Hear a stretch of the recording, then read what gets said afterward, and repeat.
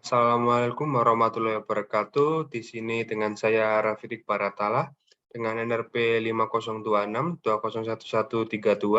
Di sini saya akan mempresentasikan hasil wiki saya mengenai definisi proyek. Yang pertama, mari kita membahas apa itu definisi proyek itu sendiri. Proyek atau sering disebut juga dengan project dalam bahasa Inggris memiliki pengertian sebagai suatu kegiatan dengan target yang harus diselesaikan dalam jangka waktu tertentu.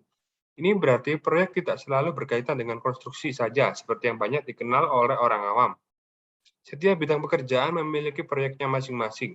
Misalnya di bidang elektrikal ada proyek membangun gardu induk, membuat panel kontrol, instalasi jaringan listrik untuk gedung, dan lainnya. Di bidang teknologi informasi pun juga ada proyek seperti membangun infrastruktur jaringan internet, membuat aplikasi marketplace atau toko online atau point of sale, dan lain-lain. Bahkan di bidang kedokteran pun, akuntansi, desain, hukum, maupun bidang lain ada proyeknya masing-masing. Terdapat 4 faktor yang saling berkaitan dan selalu ada di dalam proyek, yang menjadi dasar ilmu manajemen proyek, atau Project Management with Microsoft Project, yaitu yang pertama, ruang lingkup. Setiap proyek memiliki ruang lingkup pekerjaan yang harus dirinci dari awal, sebelum proyek tersebut dimulai. Tujuannya adalah agar target pekerjaan menjadi lebih jelas dan pekerjaan tidak melebar, melakukan hal-hal yang di luar sasaran proyek. Selain itu, perincian ruang lingkup pekerjaan dapat membantu dalam menjabarkan kebutuhan alat dan bahan selama proyek berlangsung. Yang kedua adalah waktu. Setelah merinci ruang lingkup pekerjaan, barulah kemudian dapat diestimasi lama waktu yang dibutuhkan untuk menyelesaikan proyek tersebut. Untuk memudahkan dalam melakukan manajemen proyek, waktu dibagi berdasarkan rincian dari target-target kecil yang harus diselesaikan. Yang ketiga ada sumber daya manusia. Sumber daya manusia atau SDM adalah pelaksanaan sebagai bagian yang diperlukan untuk tercapainya tujuan proyek.